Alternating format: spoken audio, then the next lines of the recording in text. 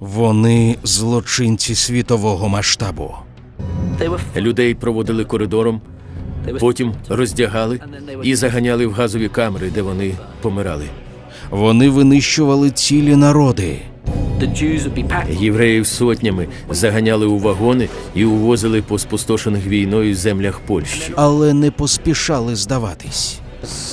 Я мусив поїхати туди і знайти Менгеле.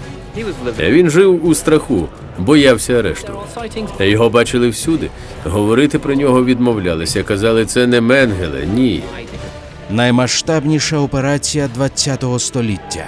Полювання на нацистів Третього рейху у документальному циклі «Мисливці за нацистами».